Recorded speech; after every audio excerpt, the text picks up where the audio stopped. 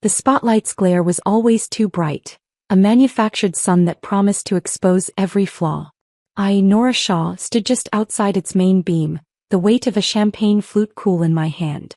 The golden liquid inside caught the light as I gave it a slow turn, watching it cling to the crystal. James Carter, my partner for 15 years, the architect of my entire adult life, had leaned in earlier, his breath warm against my ear, and promised me a surprise tonight. Something unforgettable, he'd said, his eyes crinkling in that way that still foolishly made my stomach flip. I reached up and deliberately smoothed my hair back, ensuring the diamond studs he'd gifted me last Christmas were clearly visible. When we ring the bell at the NASDAQ, I'll trade these for a proper set, he'd vowed, his voice full of a future we'd built in countless late-night conversations. The diamonds felt like ice against my suddenly hot skin. The ballroom hummed around me, a symphony of clinking glasses and low laughter. I caught snippets of conversation, Nora and James finally, and the power couple's last piece of business. I allowed myself a small, private smile. The massive screen behind the stage illuminated without warning. A gentle, romantic melody replaced the jazz quartet, and a cascade of pale pink rose petals began to drift from the ceiling, catching in my dark hair and settling on the black silk of my gown. My breath hitched. This was it. I dipped my head, a wave of shyness and overwhelming joy crashing over me. My fingers trembled slightly against the glass. I was ready.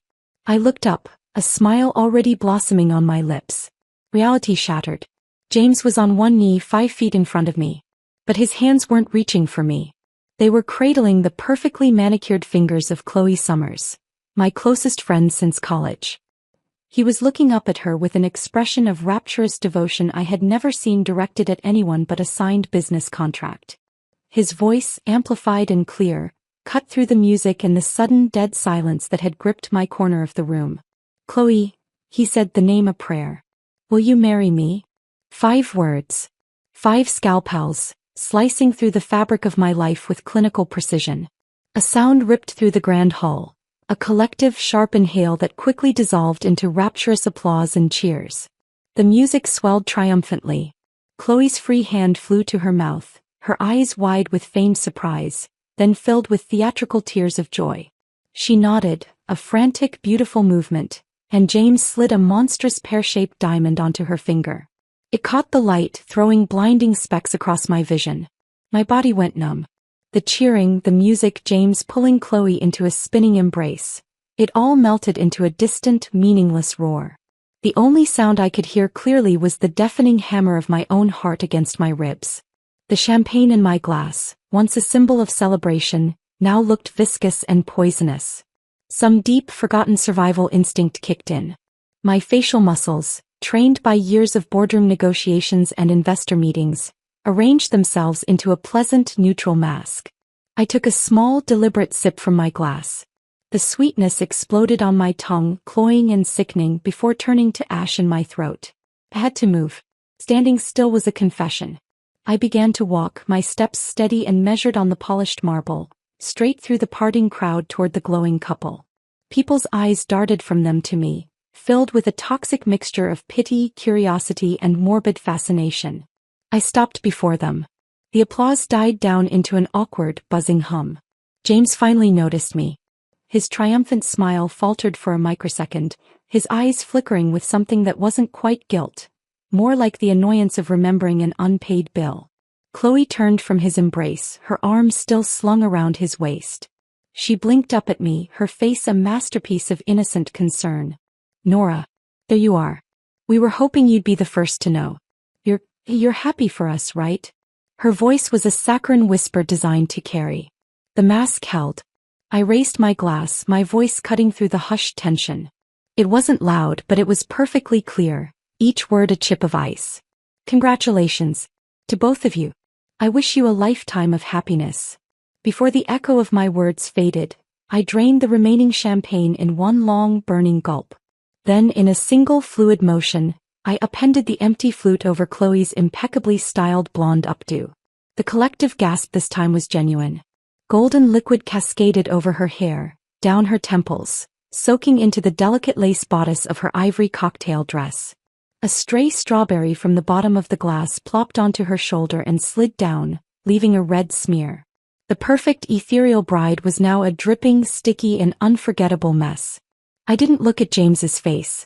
I placed the empty glass delicately on the tray of a passing waiter, whose own face was a study in frozen horror. Then I turned and walked away, the crowd cleaving before me like the Red Sea. I made it to the grand foyer before a hand closed like a vice around my upper arm. James.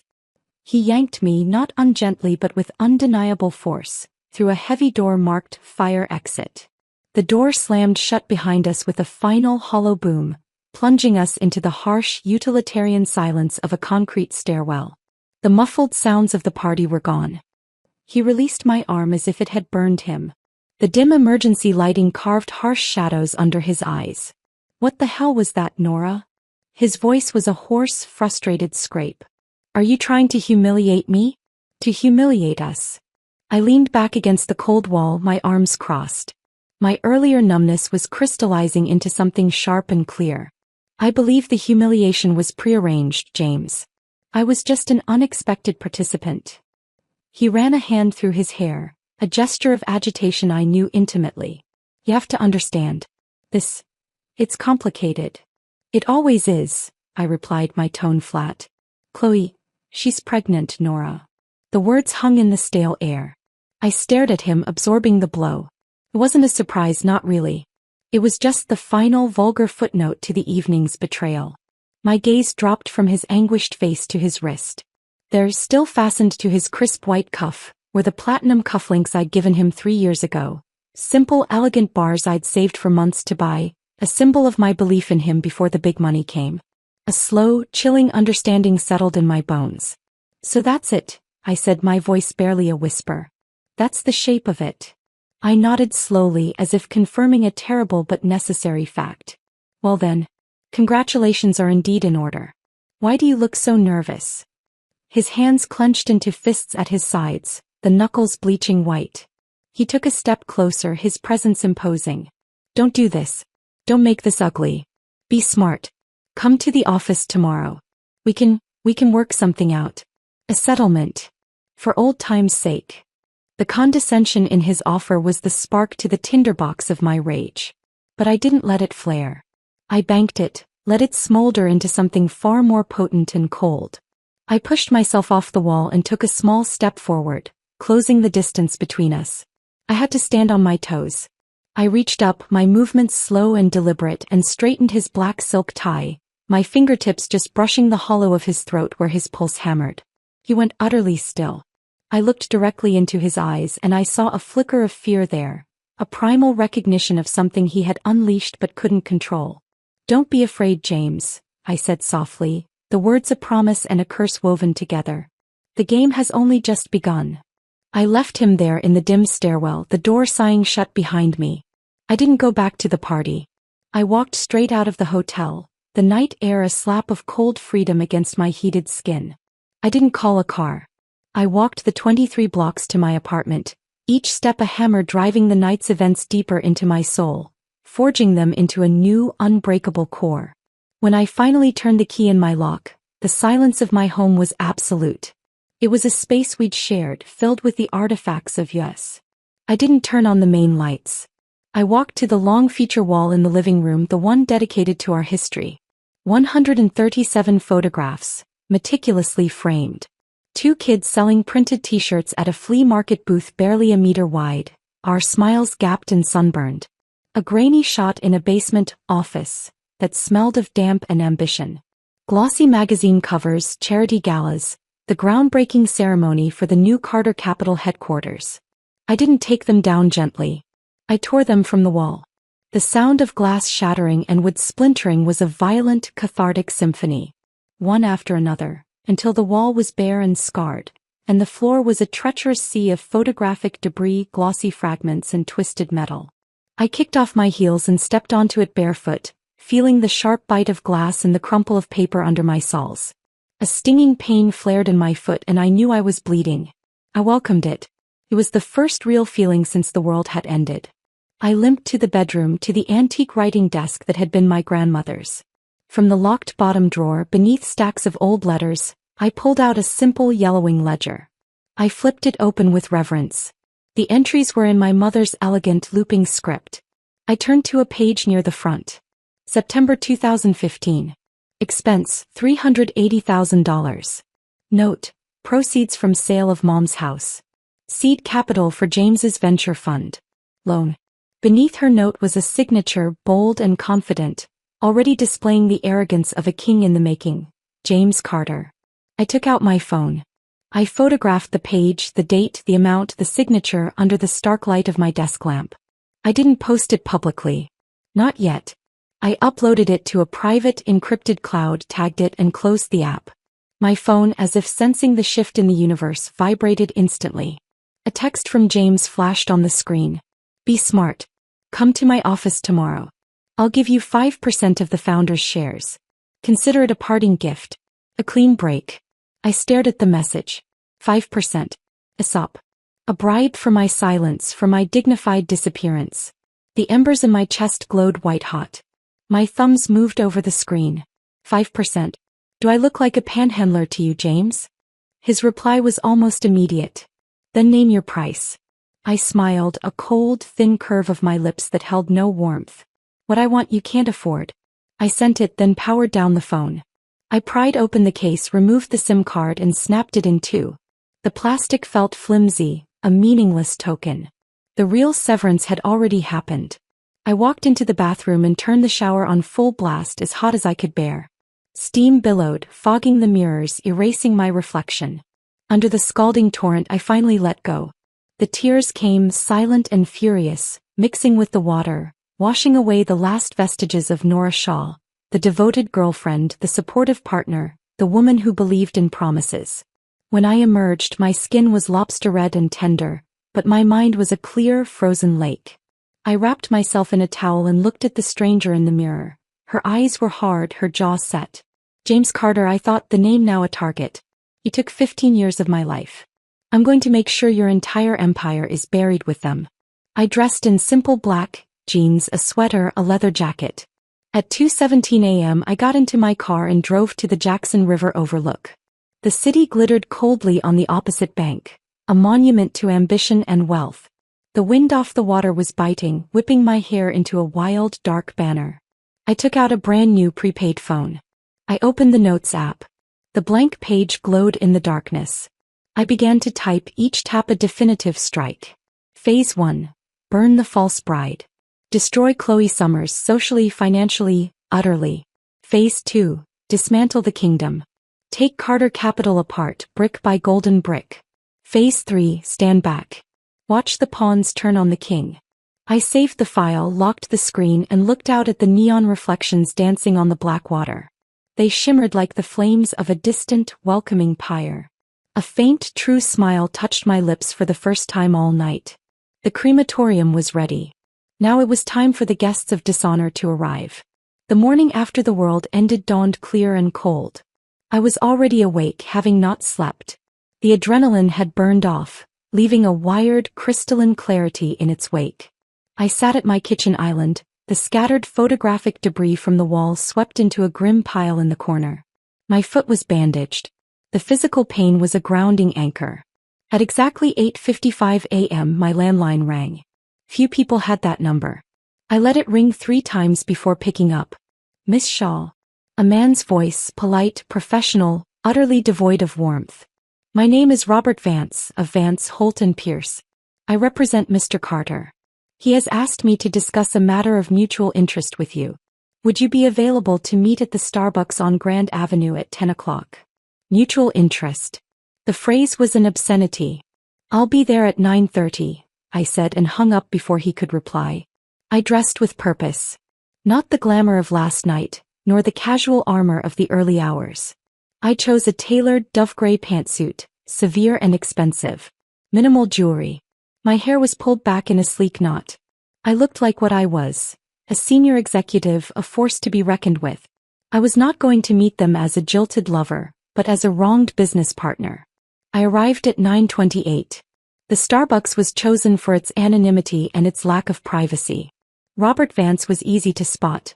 Mid-50s, steel gray hair, a suit that cost more than most cars, sitting rigidly at a small corner table with a manila folder and a black leather portfolio. He stood as I approached, adjusting his gold-rimmed glasses. Miss Shaw, thank you for your time. No handshake was offered. I took the seat opposite him. He slid the folder across the table. Mr. Carter wishes to express his appreciation for your many years of support. In the spirit of an amicable parting, he is prepared to offer you full unencumbered title to the condominium in the Northwood Hills development. It's a lovely 2-bedroom, excellent views. A fresh start. I didn't open the folder. I let my gaze rest on it, then lift to his. A condo in the suburbs, I said, my voice flat. What's the market value? 700,000? Less than the sticker price on one of his Ferraris. Vance cleared his throat. The company is in a sensitive pre-IPO phase, Miss Shaw. Mr. Carter feels it's best to keep personal matters separate. This is a generous gift intended to close this chapter cleanly. Generous, I repeated, letting the word hang. I finally opened the folder, flipping past the boilerplate legal language to the property description. It was nice. It was also a tomb for a smaller life. I pushed it back toward him. Tell James if he wants to buy my silence, he needs to do it himself. And he needs to bring a real offer. Company shares. At the original valuation. Vance's composure cracked by a millimeter, a slight tightening around his eyes. That is entirely out of the question. The equity structure is locked for the IPO. I leaned forward just a little and offered him the sweet, terrifying smile I'd perfected in boardrooms. Then tell him this. If he's not sitting in that chair within 10 minutes, I will walk with several very interested financial reporters in tow, straight into the brand launch event he's hosting at the convention center right now. I'm sure they'd love to hear about the founder's original funding sources. I saw the calculation in his eyes. He knew I'd do it. He stood abruptly. I'll make a call. He walked outside, phone pressed to his ear. I checked the time on my new clean phone. 9:42 a.m. I pulled up a live stream feed from a business news channel. There he was, James Carter, resplendent in a navy suit, on a stage with a massive logo behind him. He was announcing the appointment of Chloe Summers as the new director of brand experience for Carter Capital. She stood beside him, radiant in pale yellow, her hand resting possessively on his arm. No visible trace of last night's champagne disaster. The press ate it up. The narrative was already being written. Visionary founder and his brilliant, expecting fiancé, building a legacy together. My watch read 9:48. At 9:50 the door to the Starbucks burst open. James strode in, sunglasses on, his jaw a hard line. He'd clearly come straight from the stage. A faint, smudged trace of coral lipstick, Chloe's shade, was visible on the collar of his crisp white shirt. He dismissed Vance with a curt nod and the lawyer melted away. He sank into the chair opposite me, yanking off his sunglasses. His eyes were bloodshot. This is beneath you, Nora. Truly. This petty, public drama. Petty? I asked softly. I lifted my new phone, turning the screen toward him. It showed a live streaming app, the viewer count already ticking past 80,000. The camera was pointed at him. The title read, Founder's Forgotten Partner, The Real Cost of a Startup. I'd started streaming the moment he walked in. Is it petty to ask for what's owed, James? Your ex-girlfriend provided the seed capital that built Carter Capital from a PowerPoint slide in a damp basement. And now you're trying to pay her off with a suburban shoebox? Has your sense of scale shrunk along with your integrity? I angled the phone so he could see the comment section scrolling furiously. Shameless. He owes her everything. Justice for Nora. Is this how they treat the women who build them up? His face drained of color, then flooded with dark, furious red. In one swift motion he lunged across the table and snatched the phone from my hand, jabbing the screen to end the stream. He slammed it down on the table. What the hell do you want? He hissed, leaning in, his voice low and venomous. The cafe had gone quiet. Every patron was pretending not to stare. I didn't blink. 40% of the founder's shares. Valued at the 2014 pre-money cap. Transferred to a holding company of my choice within 72 hours. He barked out a laugh, a harsh, incredulous sound. You're delusional. That would gut the company. The board would never allow it. I stood up, gathering my purse. I leaned down, close enough that my lips were almost at his ear. He stiffened. Then I suppose I'll see you on the front page of the journal tomorrow. And the day after that. I have the ledger, James. I have the recording of you in the stairwell admitting the pregnancy was the reason. I have everything. I straightened up and walked away. I didn't look back. I was 3 steps from the door when I heard the unmistakable explosive sound of ceramic shattering. His coffee cup hurled against the tiled floor. It echoed in the sudden silence like the first, thunderous drumbeat of a war. That afternoon, back in the stark silence of my apartment, I methodically began the second front of my campaign. I went to the walk-in closet we had once shared. My side, my clothes.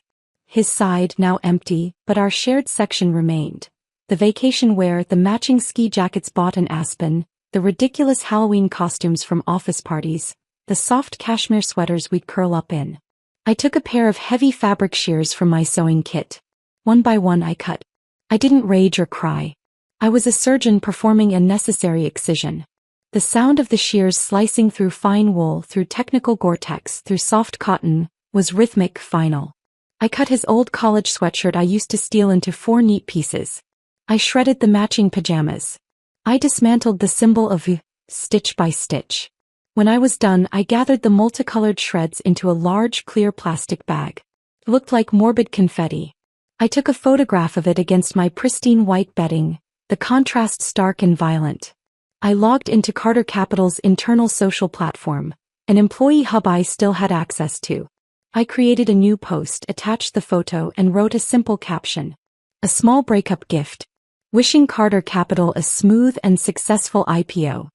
I hit post. Then I turned off the device, made a cup of strong black tea, and sat by my floor-to-ceiling window, watching the afternoon sun gild the towers of the financial district.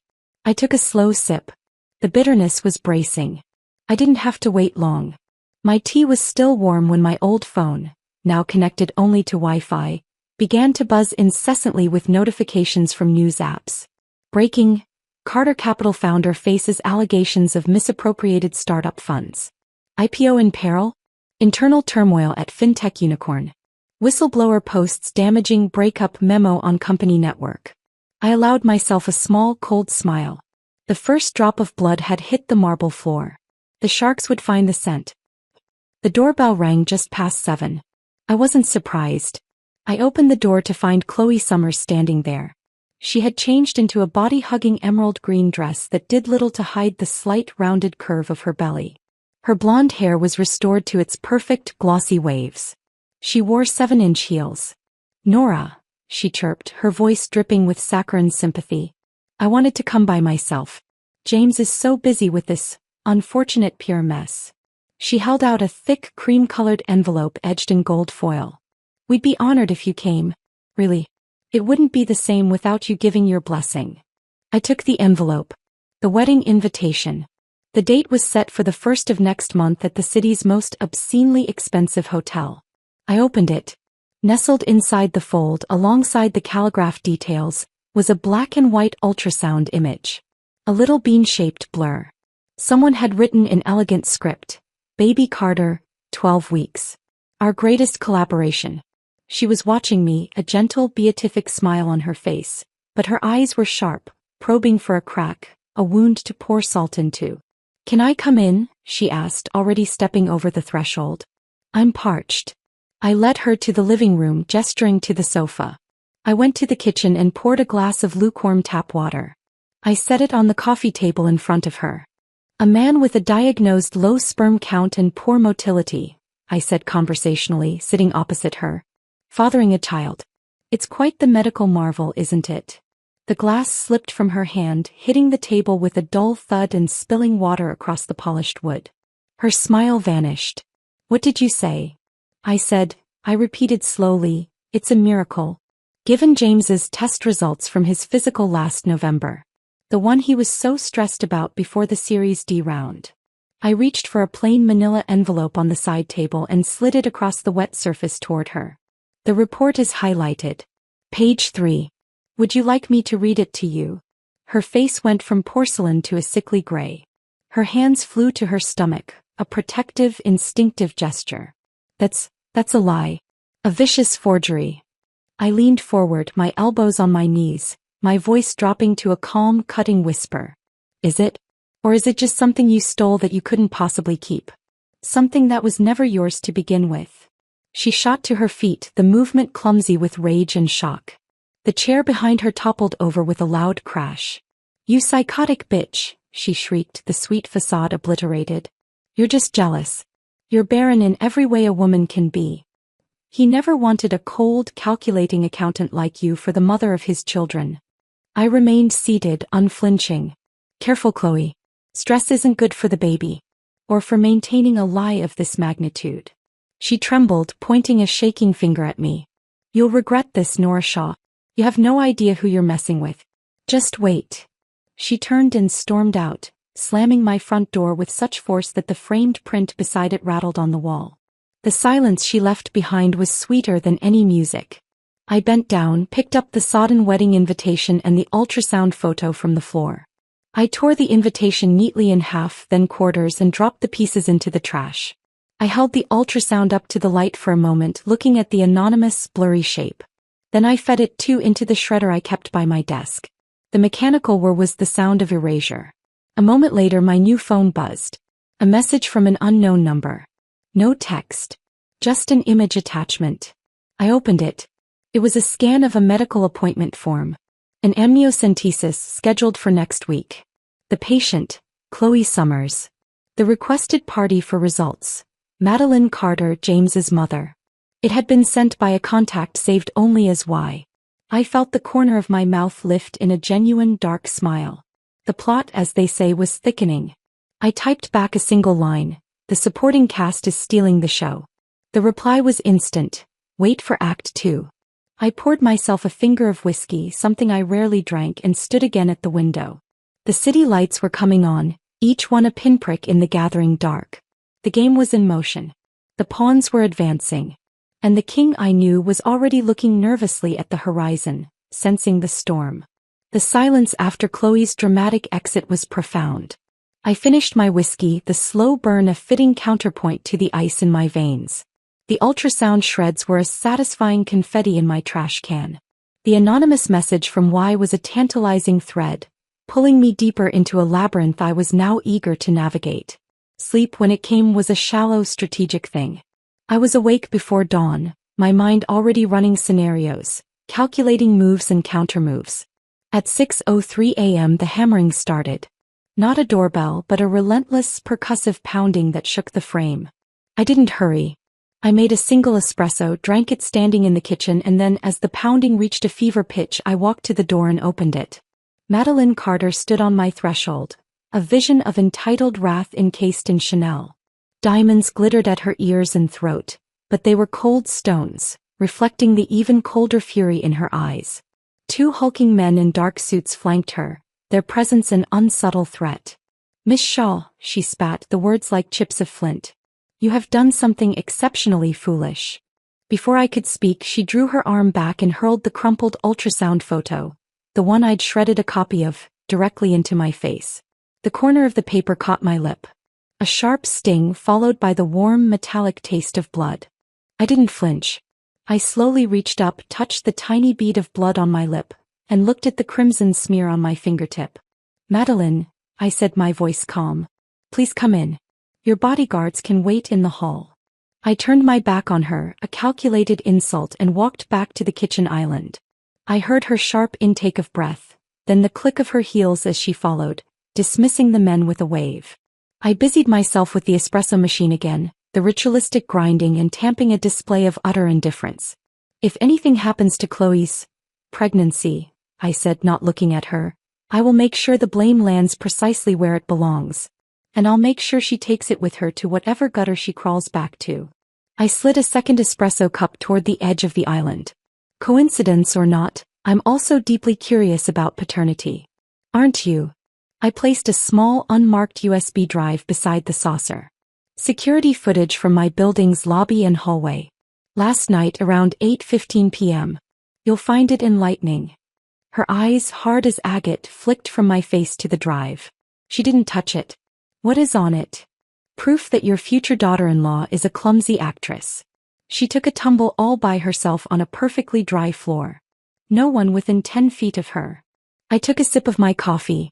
"Before the amniocentesis results come back, You might want to focus your protective energies on her, not on harassing me.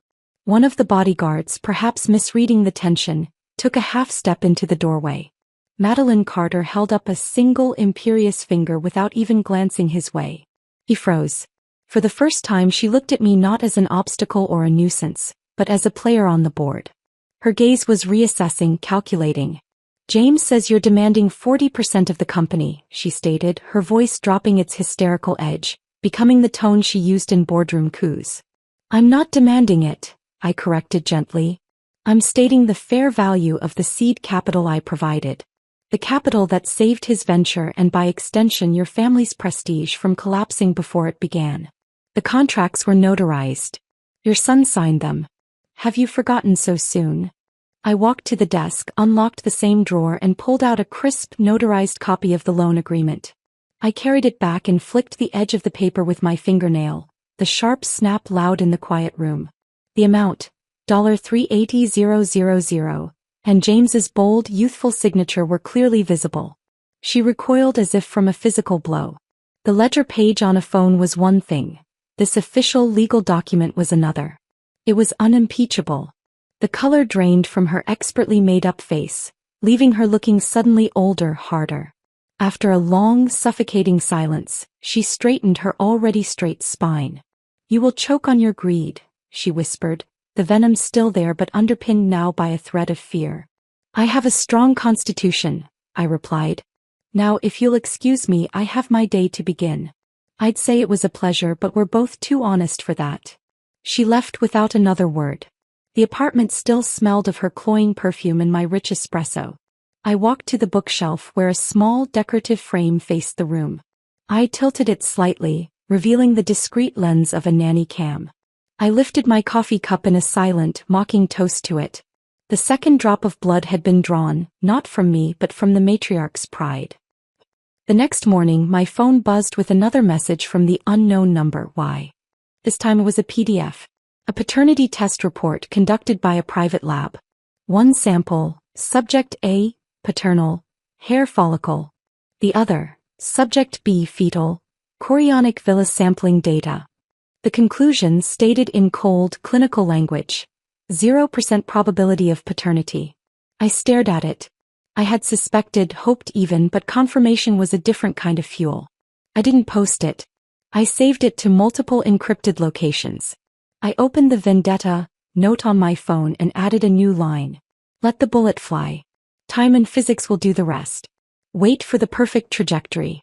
The perfect trajectory announced itself that Monday when the markets opened. Carter Capital's anticipated IPO was the buzz of the street, but now the buzz was toxic. The stock of their largest holding company, Carter Holdings, a family vehicle, plunged 7% in the first hour. The financial news channels blared headlines about founders' personal scandals, corporate governance concerns, and the ominous question, is the IPO viable? I sat in a different cafe, one with views of the Carter Capital building, and watched it unfold on my tablet. At noon, James held an impromptu press conference on the front steps. He looked hollowed out, the charming facade cracked, dark circles like bruises under his eyes. He tried to sound confident, dismissing the allegations as personal mudslinging from a disgruntled former associate, but his voice lacked its usual magnetic conviction. The reporter's questions were knives. My phone rang. His private number. I let it go to voicemail. He called again. And again. On the fourth try I answered saying nothing. His voice was a strained, desperate rasp, the boardroom baritone gone. Nora. Please. Delete the recording. Take down the post. We can fix this. I can give you anything you want. A seat on the board. A directorship. Name it. My terms are unchanged, I said, my voice flat and clear. 40%. Original valuation. Transferred by 8 p.m. tonight. You're burning the whole house down, he exploded, the desperation turning to fury. For what? Revenge? It won't bring you back what you lost. It's not about getting back what I lost, James, I said softly. It's about making sure you lose everything you took. The transfer. By 8. Or the next leak won't be about money. It will be about medical records. I hung up and immediately emailed him the draft share transfer agreement I'd had my new discreet lawyer prepare. The terms were brutal and non-negotiable. At 7:59 p.m. he walked into the nearly empty lobby cafe of a mid-tier business hotel where I'd told him to meet. He was dressed down in a hoodie and jeans, a failed attempt at anonymity. He looked like he hadn't slept in days. He threw a pen on the table between us. Fine. Sign your damn NDA. I'll sign the transfer. But you post a retraction. You say it was all a misunderstanding, a business dispute blown out of proportion. I pushed the agreement back along with a single addendum page. There's a new clause. Party A, you voluntarily transfer the shares as settlement of a valid outstanding debt. Party B, me, has no obligation to make any public statement whatsoever. Sign both. He stared at the pages, his hands trembling slightly. You're a monster. I'm a creditor, I corrected. I checked the clock on the wall. You have 30 seconds before I walk, and the morning headlines get a lot more specific. A sound like a wounded animal escaped his throat. He grabbed the pen, scrawled his signature on both documents with such force the paper tore in two places. He shoved them back at me, his eyes red-rimmed and blazing with hatred. I hope it chokes you. He stormed out. I took my time. I smoothed the torn pages, photographed each one clearly, and used the cafe's Wi-Fi to upload them directly to the electronic filing system of the Securities Commission, with a copy to Carter Capital's legal department. The digital timestamp was 8:07 p.m. 10 minutes later, my financial news alert buzzed.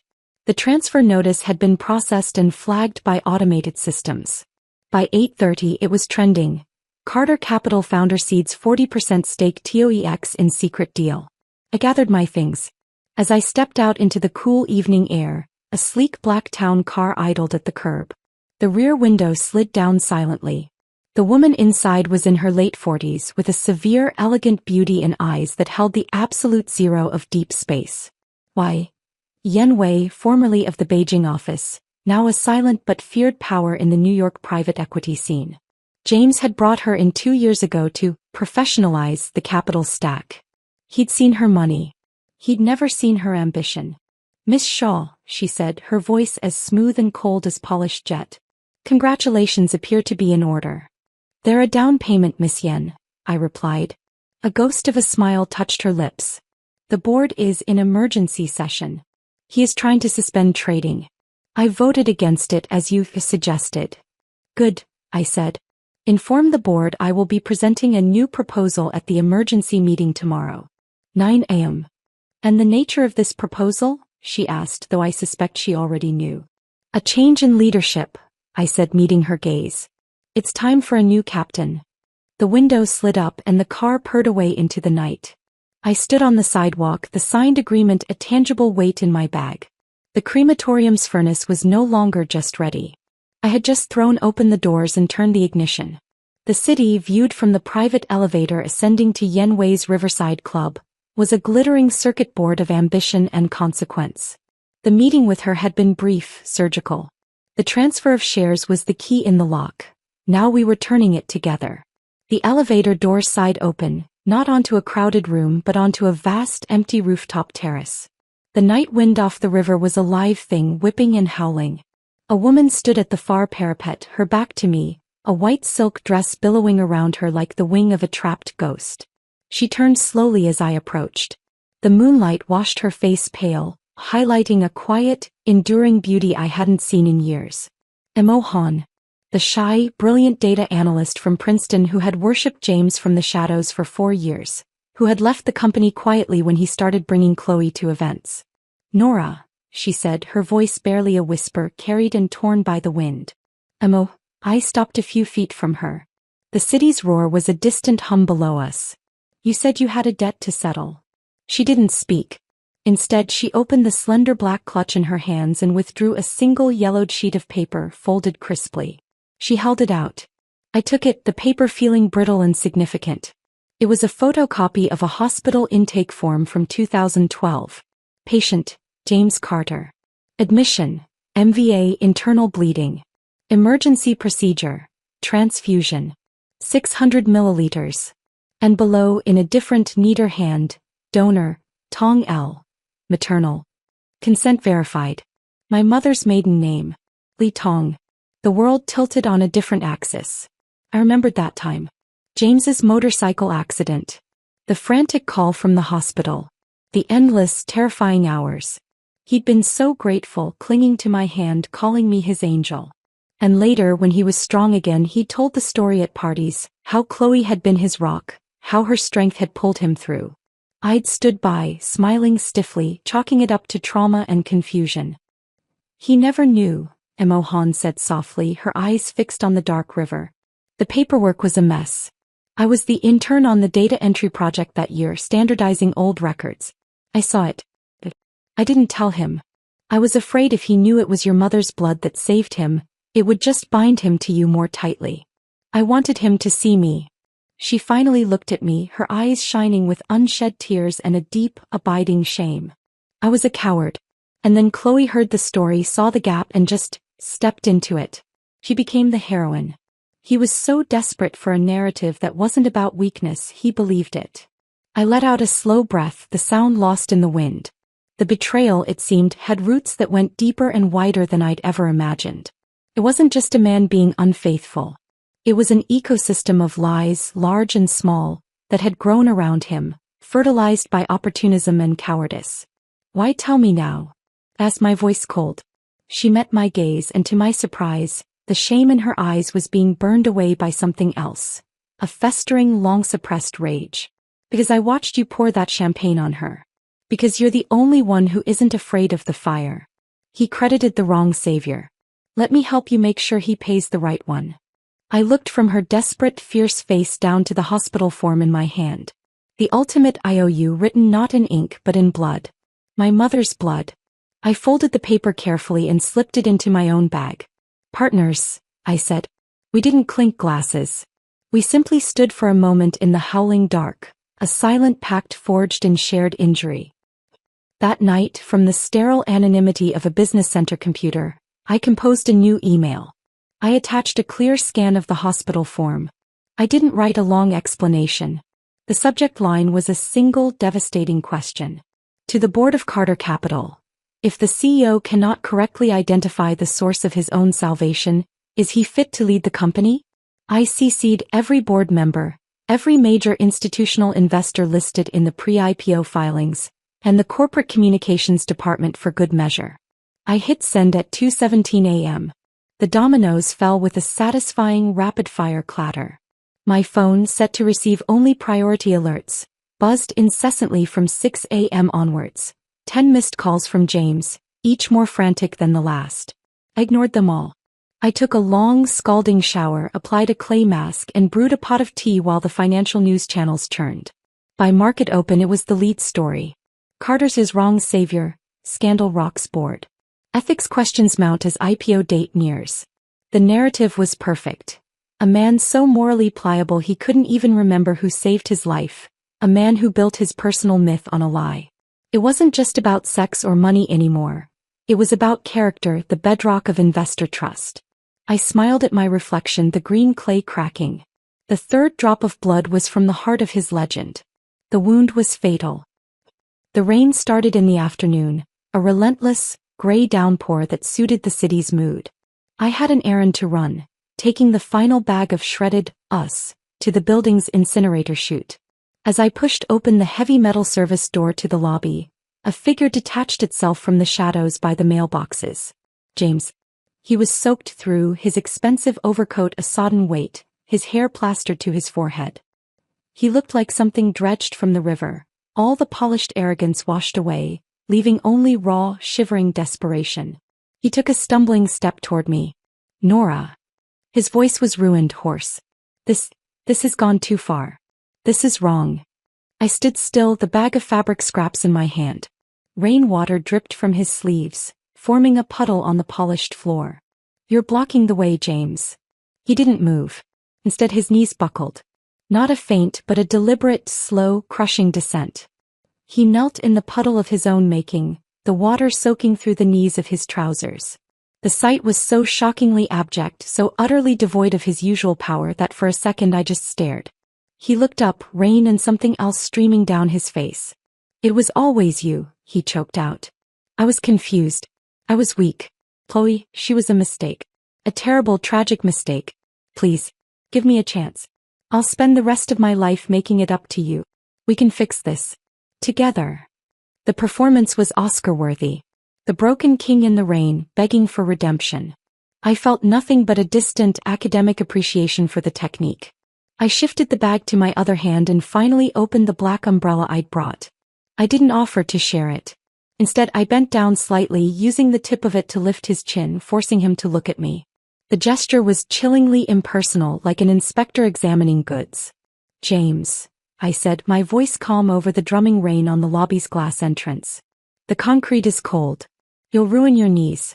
You have a board meeting to attend tomorrow. His face crumpled further. I don't care about the board. I care about us. About what we had. What we had, I repeated. Let's settle that account too. First, repay the $380,000. My mother's money. We'll calculate compound interest at 24% per annum, the maximum allowable for a written agreement in this state. Fair. His eyes widened. You can't be serious. I'll do the math for you, I said, my tone conversational. Principal and interest to date comes to approximately $1,247,000. Let's call it an even $1.25 million. I want it wired by tomorrow. He blanched, the last of the color leaving his face. I don't have that kind of liquidity. Not with the IPO on hold, not with. Then sell shares, I interrupted, straightening up and tilting the umbrella so the rain from its edges poured directly onto his head and shoulders. Sell the cars. Sell the apartment. Or sell a kidney.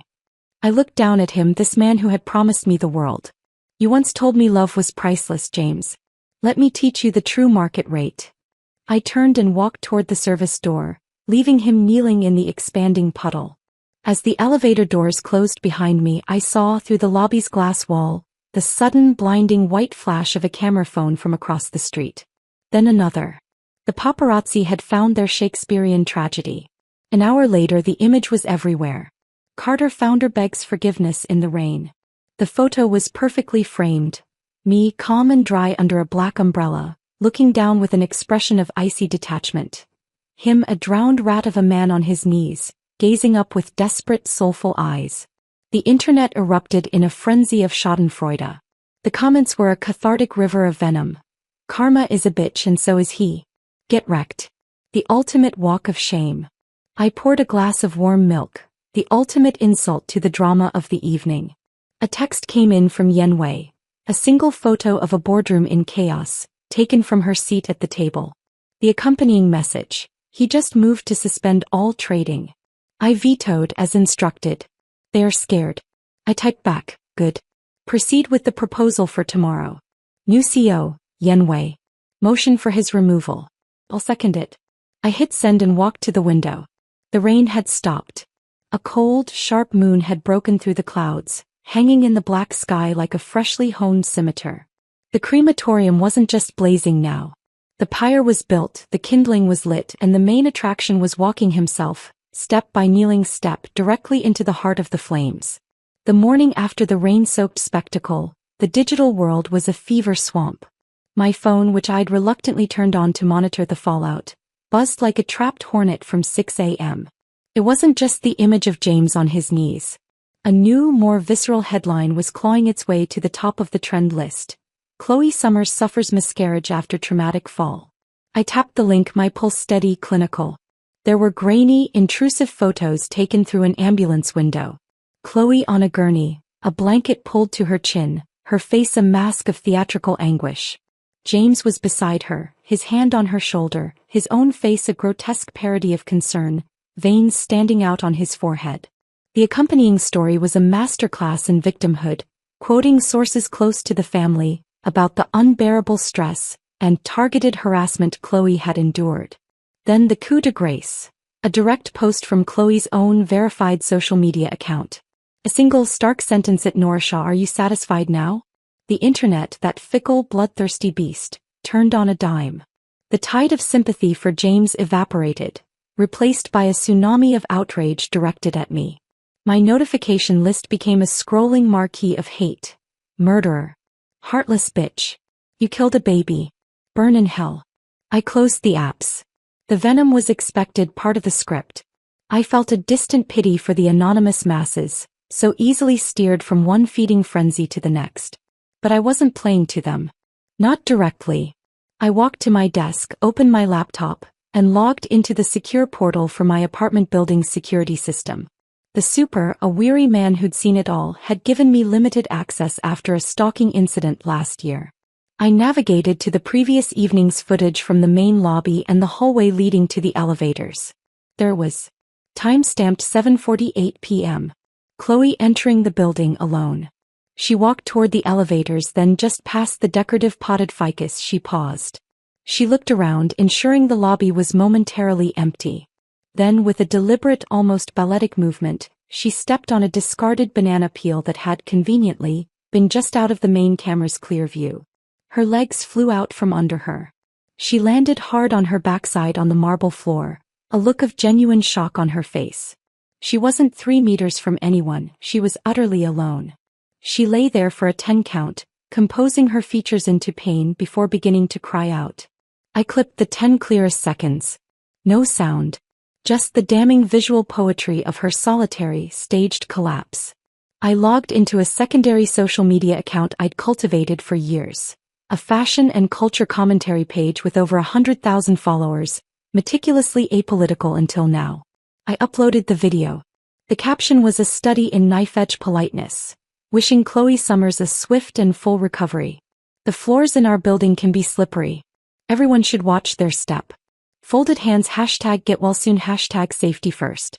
I posted it and waited. The hive mind's processing time was under 90 seconds. The first comments were confused, then skeptical, then eruptively furious. But this time the fury had a new target. OMG, she totally faked it. Look at her look around first. That was a performance. She sacrificed her own baby for sympathy? Monster. I take back every bad thing I said about Nora Shaw. The trend tags flipped like a pancake. #Chloe faked her fall shot to #1. Brands that had been lining up to dress the tragic bride-to-be scrambled, issuing terse statements about terminating partnerships. The public sympathy so cheaply bought was now being returned with violent interest. The narrative was now of a calculating, manipulative woman who would weaponize even a pregnancy. It was a deeper, more permanent kind of ruin. I closed the laptop. The fourth drop of blood wasn't mine, nor was it drawn by my direct hand. It was the result of her own poisoned chalice, finally shattering. I stood and began my makeup for the day, the ritual calming. A faint, cold smile reflected back at me in the mirror. The pawn had overreached and in doing so had doomed her king. At 9 a.m. sharp, I pushed open the heavy oak doors of the main conference room at Carter Capital. The air was thick with the scent of expensive coffee, fear, and suppressed rage. The long table was surrounded by the board, old money investors with frosty expressions, venture capitalists trying to calculate their dwindling returns, and Madeline Carter, sitting in the chair beside the empty head seat reserved for the CEO. She was pale, her regal composure stretched thin as vellum. The stock had fallen for 5 consecutive sessions. The IPO was a ghost.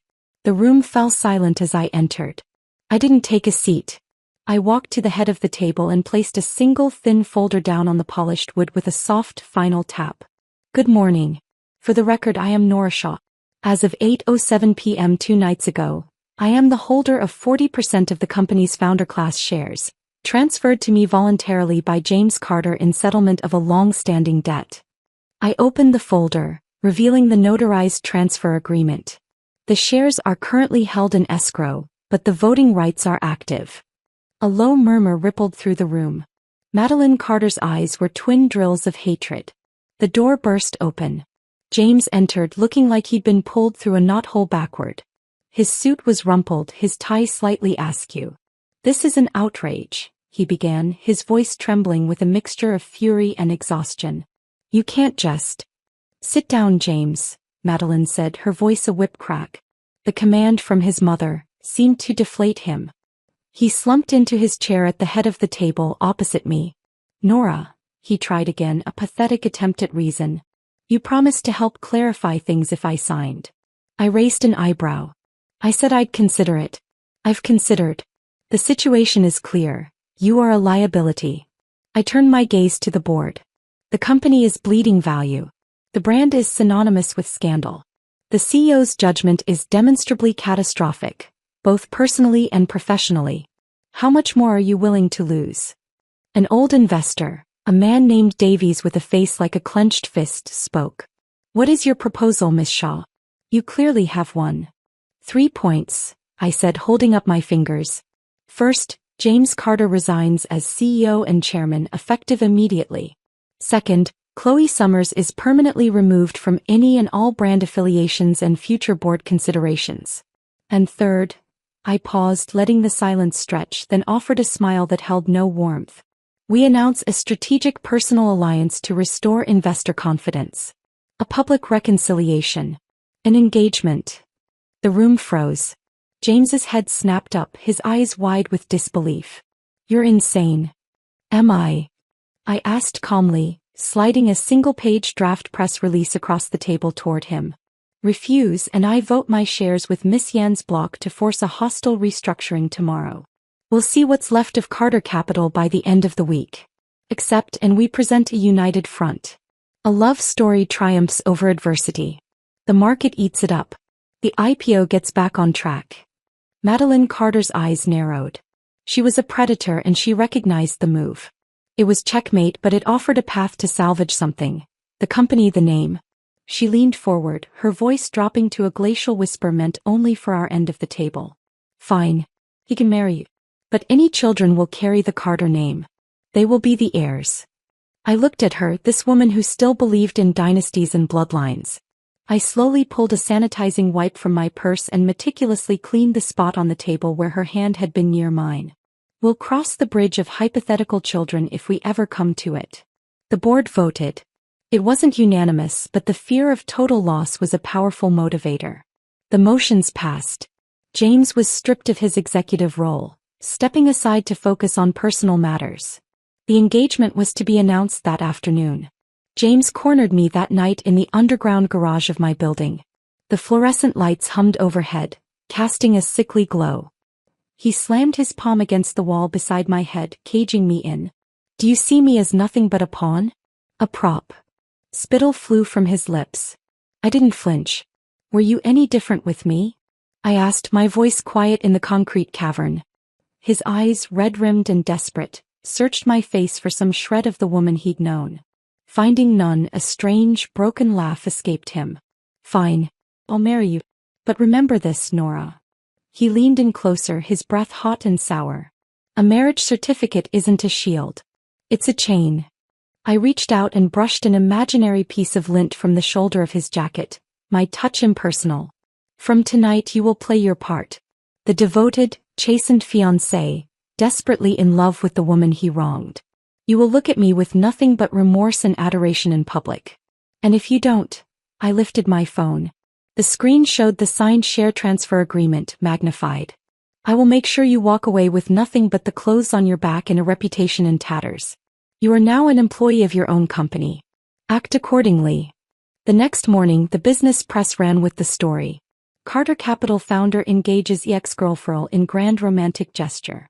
Scandal-rocked couple to wed, signaling new era of stability. The attached photo was a masterpiece of PR. James on one knee again, this time in a sun-dappled park, sliding a ludicrous 12-carat diamond onto my finger. I was looking down at him, a shy, forgiving smile on my lips. The comment section sighed with manufactured relief. True love wins. This is the redemption arc we needed. At my apartment, I folded the physical newspaper neatly. My assistant stood by. Book the wedding dress, I said. The most expensive one Vera Wong has. The one with the 3-meter train. She nodded, making a note. Put it on James's supplementary card, I added.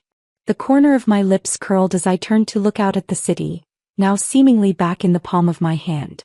The 5th drop of blood was the most insidious yet.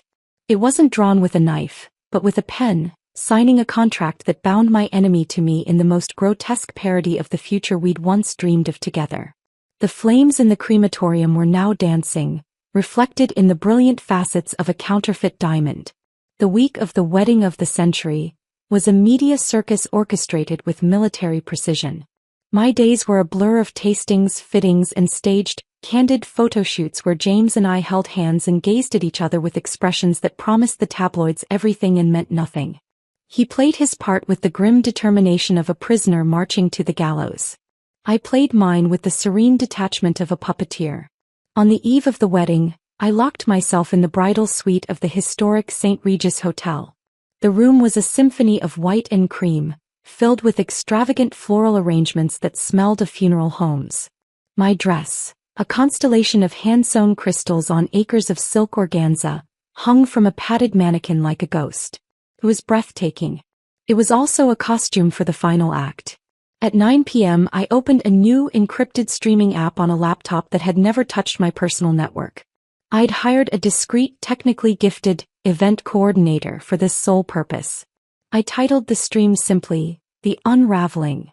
I wore a simple white silk robe. My face was clean of makeup, my hair in a loose braid. I looked not like a vengeful goddess, but like a woman about to tell a difficult, necessary truth. Authenticity was the final weapon. I went live. Within minutes, the viewer count shattered 6 figures, then 7. The chat scrolled with dizzying speed, confusion, curiosity, excitement. Is this a pre-wedding diary? She looks so sad. What's happening? I waited until the count crossed 1 million. Then I spoke, my voice calm and clear, my eyes looking directly into the camera. Thank you for coming. Most of you are here expecting a fairy tale tomorrow. I'm here to give you the truth instead. This isn't a wedding. It's an autopsy. I paused, letting the words hang in the digital ether. The chat exploded. For 15 years I loved James Carter. I believed in him. I funded his dream with my mother's legacy. I stood by him through every failure, every doubt. And I was repaid with a betrayal so profound it required its own vocabulary. My tone was even forensic. But this isn't just my story. It's a story about power, lies, and the price of silence. So tonight I'm settling all accounts. I gave a small nod to someone off-screen. The feed split. On one side my face remained. On the other a montage began to play, set to no music, only the raw, damning audio. Clip 1. Security footage time-stamped from the night of the proposal. James pulling me into the stairwell. His hoarse voice. Stop making a scene. She's pregnant. Clip 2. The video of Chloe's solitary, staged fall in my lobby in crystal-clear slow motion. Clip 3. A scan of the hospital form, my mother's name highlighted. Donor, Tong L. Maternal. Clip 4. James kneeling in the rain, his desperate plea. Give me a chance. I'll spend the rest of my life making it up to you. Clip 5. The signed share transfer agreement, the 40% stake, the torn paper from his fury.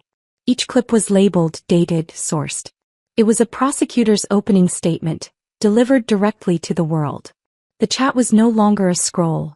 It was a waterfall, a blizzard of shock, outrage, and dawning horror. The narrative they'd been fed for weeks disintegrated in real time. The door to the suite flew open, crashing against the wall. James stood there, his tuxedo shirt unbuttoned, his eyes wild. He'd clearly been alerted. Nora, what are you doing? Are you insane? He lunged for the laptop. I didn't move. The stream is mirrored across 3 independent platforms with a 10-second delay, James. You can't stop it. I looked back at the camera. And here is the man of the hour. The devoted fiancé. He froze, staring at the screen, at the millions watching him unravel. His face contorted through panic, rage, and finally a terrifying blankness. This broadcast is concluding with 2 announcements, I said, standing up. I walked to the dress, letting my fingers trail over the cold crystals. First, the wedding is cancelled. A man this morally bankrupt doesn't deserve to be anyone's husband. I turned to face a second camera that had been positioned to capture the whole room. Yen Wei stepped into the frame. She was dressed in a severe, elegant black pantsuit. A CEO's lapel pin, a subtle silver gleamed on her breast. She held a thin legal document. And second, I continued, all shares previously held by James Carter, including those recently transferred, have been consolidated under a new independent trust. As of 4 p.m. today, a controlling interest has been acquired by Wei Capital. Miss Yen Wei is now the interim CEO of the company formerly known as Carter Capital. Trading will resume under the new ticker symbol, WI, at the opening bell tomorrow. James made a sound like a drowning man. You sold my company? You gave it away, James, I said softly. Piece by piece, with every lie, every betrayal. I just collected the scraps and found them a better home. I walked up to him close enough for the camera to capture us both. I looked up at his shattered face. Congratulations. Now you finally understand what it feels like to lose everything. For the final shot, I leaned toward the main camera, my expression softening into something that resembled pity but was closer to absolute finality. Ladies, I said, my voice dropping to an intimate murmur that every viewer felt was for them alone. Remember this. The clearest head in the room is the one that was never clouded by love in the first place. Good night. I reached out and ended the stream. The silence in the room was absolute, more deafening than the digital roar that was now consuming the internet. James stared at the blank laptop screen as if it were a portal to his own oblivion. It's over, James, I said, unclasping the heavy diamond engagement ring. I held it up, let it catch the light one last time, then dropped it onto the thick hotel carpet. It landed with a dull, expensive thud. The crematorium has finished its work. All that's left is ash. I picked up a small overnight bag I'd packed hours before and walked past him. He didn't move. He was a statue of ruin. Downstairs in the private alley exit, Yen Wei's car was idling. She rolled down the window. The board ratified the changes in an emergency electronic vote during your stream. It's done. Good, I said. Now comes the cleanup. What is your next move? She asked, her sharp eyes assessing me. The partnership had served its purpose. We were allies of convenience, not friends. I opened my bag and pulled out a slim silver USB drive. I handed it to her.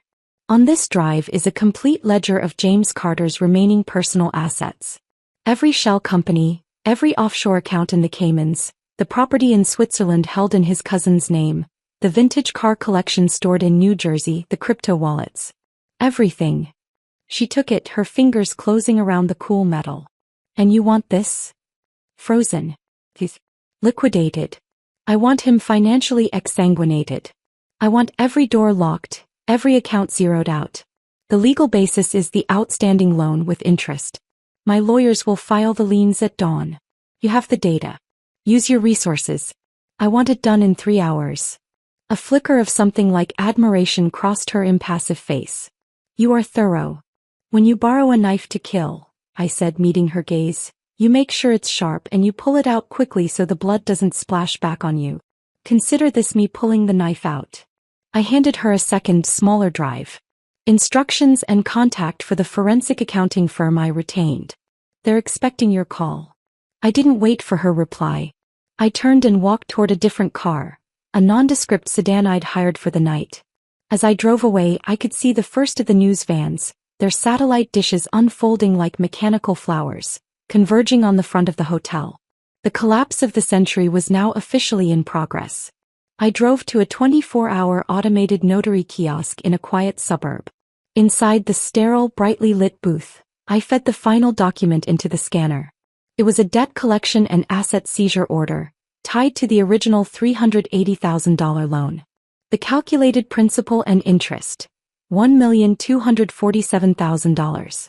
The listed collateral for seizure, the only major tangible asset left in his name that wasn't already entangled, the Carter family's modest, 12,000 square foot estate in Greenwich, Connecticut, known as the Elms. The machine word. I placed my thumb on the biometric pad. The digital notary seal flashed on the screen, then printed on the document with finality. It was done. With that single mundane action in a plastic booth, I had personally hammered the final nail into the coffin of the Carter dynasty. The gilded cage they had built and into which they had tried to coax and trap me for years, was now legally, irrevocably mine to tear down. I stepped out into the pale, pre-dawn light, the notarized papers in a slim portfolio. The air was cold and clean. I raised a takeaway cup of black coffee toward the first sliver of sun breaking over the rooftops. It was bitter, bracing, and perfect. The 6th drop of blood was complete. It wasn't a drop anymore. It was an ocean and James Carter was drowning in it. The morning after the unraveling, the world was a different, louder place. My name was a Rorschach test. Monster to some, avenging angel to others. I didn't read the articles. I skimmed the financial results. WI stock had opened shaky but was climbing steadily on Yenwei's crisp, scandal-free vision. Carter Holdings was a smoking crater. At 9 a.m. sharp, a courier arrived at my new anonymous high-rise apartment. A temporary perch paid for in cash. The envelope contained a single set of heavy keys, a land title deed and a satellite photo of the Elms, the Greenwich estate with a red X marked over it. The transfer was complete. I called the number for the demolition foreman I'd vetted and retained a week prior. Start today, I said. Full deconstruction. I wanted flat. And I wanted streamed. By 3 p.m. I stood at the edge of the manicured lawn, now cordoned off with security fencing. The Georgian-style mansion, all white columns and historical pretension, looked absurd in the autumn light. A small army of construction workers and a few discreetly placed cameras awaited my signal. I had dressed for the occasion. Black jeans, a leather jacket, heavy boots. I climbed onto the hood of a rented canary yellow Lamborghini, a garish, beautiful insult parked on the pristine gravel drive. I took a megaphone. The live stream banner read, "Debt Collection Live." For those just joining, I announced, my voice amplified and echoing across the grounds. This was a house built on lies, funded by stolen dreams. Today we correct the ledger. I gestured to the mansion. Every donation over $1,000 gets your name engraved on the wrecking ball. Let's build something new from the rubble. The internet, ever eager for cathartic destruction, went berserk. Donations poured in, $50, $500, $5,000. The chat was a fever dream of collective vengeance. Bury him. For every woman he gaslit. Swing that ball. I gave the signal. The massive mechanical arm of the excavator swung with a hydraulic whine. The wrecking ball, a sphere of scarred steel, hung for a dramatic moment against the sky before hurtling forward. It connected with a portico column with a sound that was less a crash and more a deep, groaning thud of finality. White marble exploded into powder. The columns split, crumpled, and fell. A cheer went up from the virtual crowd and a few of the younger crew members. I lifted the megaphone again. That column, he promised to carve our names into it on our wedding day. Consider it a cancelled engagement. The stream cut to a drone shot as the claw of a second excavator punched through the slate roof of the conservatory, the site of many tedious Carter family charity teas. The indoor swimming pool was next. I narrated how James would hold court there, showing off to investors while I played hostess. The basement wine cellar, supposedly a priceless collection, was breached. I ordered the crew to drag out unbroken bottles of Petrus and Romani Conti. This, I said, holding a dusty bottle up to the camera before unscrewing the cap I'd brought a waiter's corkscrew, was meant for a toast to a legacy. Turns out the legacy was rotten. I poured the famously expensive wine directly onto the muddy, churned earth. The chat screamed in equal parts horror and delight. I poured another and another, a river of vintage red soaking into the ground. Flush it. All of it. The donations skyrocketed. The stream hit 20 million concurrent viewers. When the running total of donations ticked over 8 figures, I took a screenshot. I then logged into the portal for the National Coalition Against Domestic Violence and executed a single, massive wire transfer of the entire amount. I held the confirmation slip up to the camera. Today, we tear down one predator's palace, I said, my voice dropping, losing its performative edge, becoming simple and clear. With this money, we help build 1,000 safe rooms for those who need to escape theirs. I ended the stream as the sun dipped below the tree line, staining the sky and the remaining skeleton of the house the same violent red. The final shot was me, a silhouette against the dying light and the devastation, raising a bottle of water in a silent toast to the ruins. The 7th drop of blood was not a drop, but a flood, and I had channeled it into a river of something like justice. Exhaustion, a deep, bone-level weariness, set in as the crews wrapped for the night. The adrenaline had burned off, leaving me hollow. I walked through the debris field in the twilight, the crunch of shattered porcelain and splintered wood under my boots the only sound. I always wondered what the sound of money dying was like. I turned. Mohan stood at the edge of the work lights, holding a large, insulated bag. She looked smaller, more real outside the windy rooftop drama. It sounds cheaper than you'd think, I said. She walked over, her sneakers careful on the uneven ground. I watched the stream. Did it feel good? I thought about it.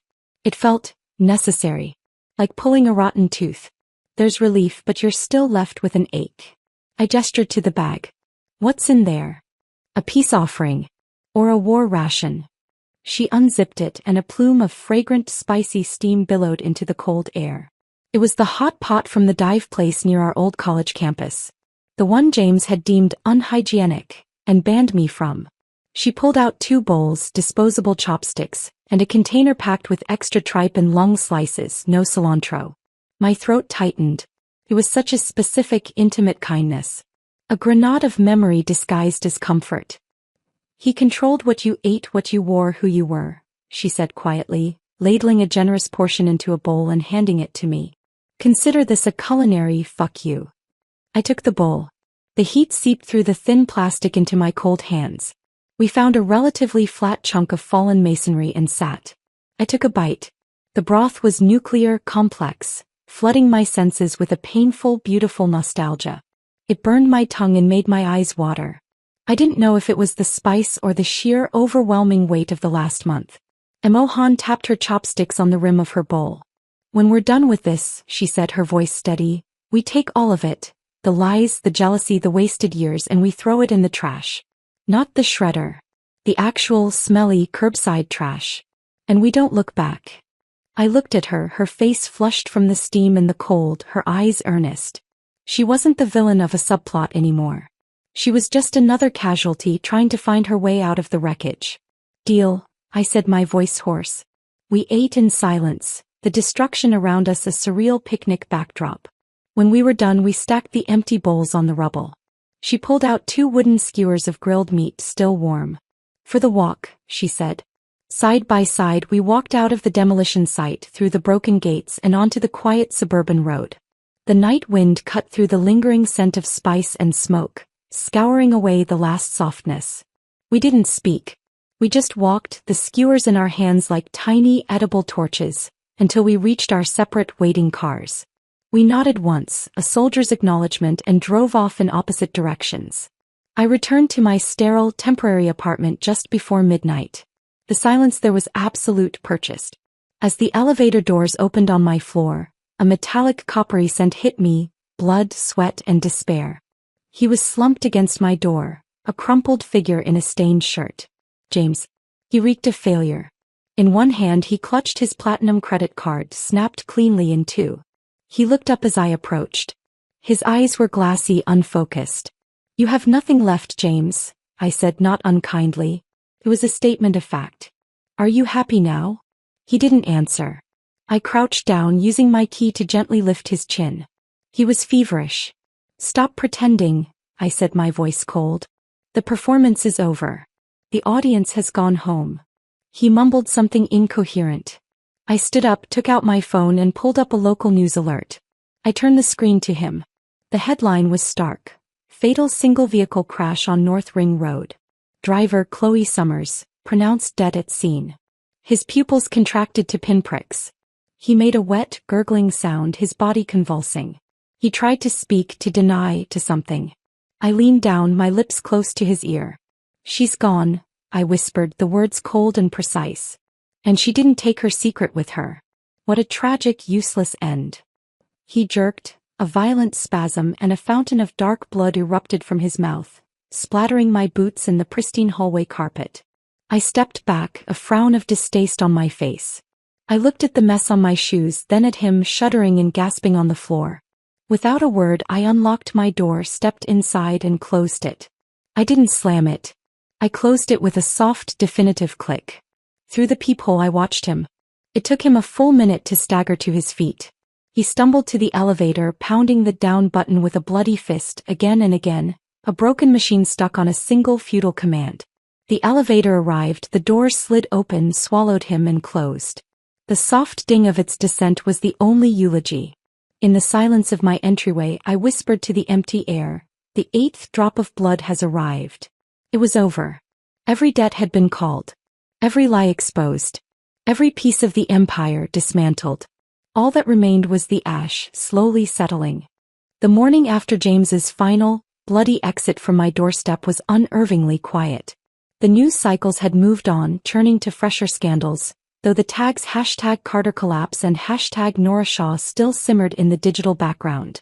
A case study in corporate and personal ruin.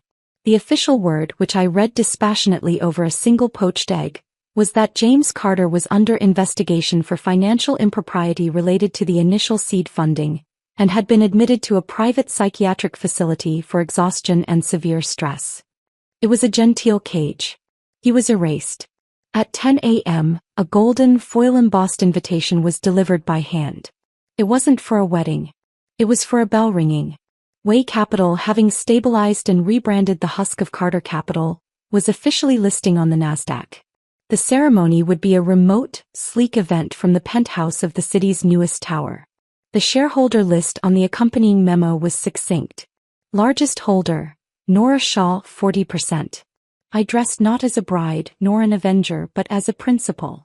A crimson sheath dress, the color of a closing ticker or a fresh wound depending on the light. It was cut like a blade. My hair was smooth, my makeup flawless and impenetrable. The penthouse was all glass and cold light, overlooking the city James had once promised me. The air hummed with a subdued, powerful energy. Financiers, journalists, and Yen Wei's team mingled with glasses of champagne that no one seemed to drink. Yen Wei herself stood by the massive LED screen displaying the new minimalist WI logo. Two intersecting silver lines, like a lightning bolt or a path cleaved through chaos. She saw me and approached holding a small velvet box. Inside, on a bed of black silk, was a ceremonial brass bell-ringing hammer, its handle wrapped in crimson leather. "This time," she said, her voice low, "it is yours to swing." I looked at the hammer, a symbol of a traditional victory I no longer craved. I shook my head, a small, definitive movement. "No," I said. "We'll do it together." A flicker of surprise, then understanding, crossed her face. She gave a curt nod. At 9:58 we took our positions before the screen, the hammer on a velvet stand between us.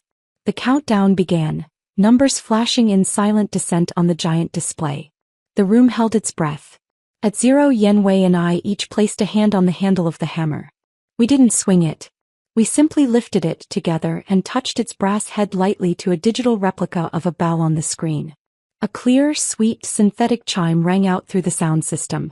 The screen exploded not with the WEI logo, but with the live ticker. W open. $42.17. Up 18% from the reference price. The room erupted in genuine, relieved applause. It was no longer a Carter story. It was a Way story. I was a footnote, a major shareholder, a silent partner. I accepted a glass of champagne. I turned not to the crowd but to the bank of news cameras, their red lights like watching eyes. I raised my glass. "To every woman watching," I said, my voice carrying easily in the sudden hush. "Learn this. The years you give are an investment. You can throw them down a well hoping for an echo of love. Or you can use them as kindling." I paused, my gaze sharp and direct into the lens. "The flowers that bloom in that particular fire are the only ones worth owning. They buy you freedom. They buy you peace. They buy you a future where the only person you answer to is the one in the mirror." I took a small sip, the bubbles like needles on my tongue, and set the glass down. The message wasn't one of vengeance anymore. It was one of cold, hard equity. At 2 a.m. in the true silence of my new permanent apartment, a sleek high-floor space I'd bought under an LC with views of nothing sentimental, I performed my final ritual. I opened the biometric safe embedded in the bedroom wall. Inside was no jewelry, no stock certificates. Only a single, cowhide folio. I lifted it out, the leather soft and worn. I unzipped it. Inside was one sheet of lined notebook paper, frayed at the edges, preserved in a plastic sleeve. The handwriting was youthful, rushed, grandiose. June 15, 2014. To Nora Shaw. I, James Carter, hereby acknowledge a loan of $380,000. $380,000.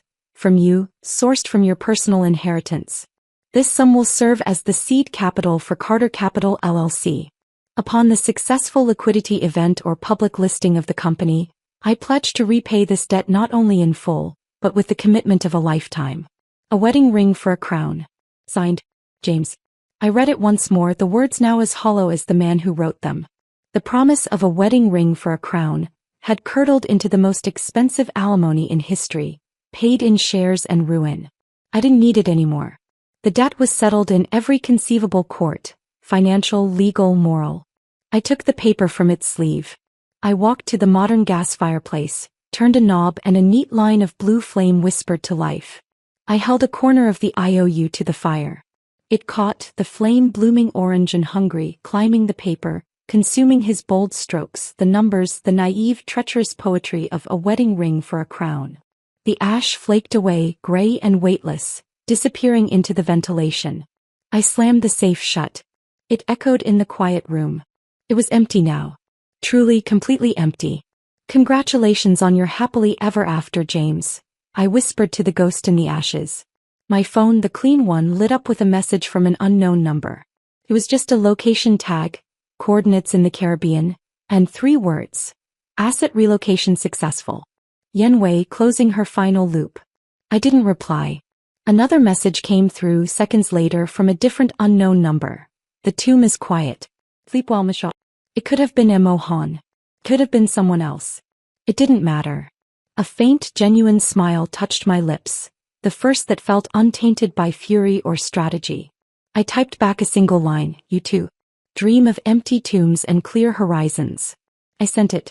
Then I powered the phone down, removed the SIM card, and walked to the kitchen. I dropped the tiny chip into the disposal, hit the switch, and listened to the brief, violent grind. I threw the inert phone itself into a bin filled with packing foam. Dawn was a thin, silver line on the horizon. I went to the bathroom, washed my face, and looked at the woman in the mirror. The grief was gone, etched over by something stronger.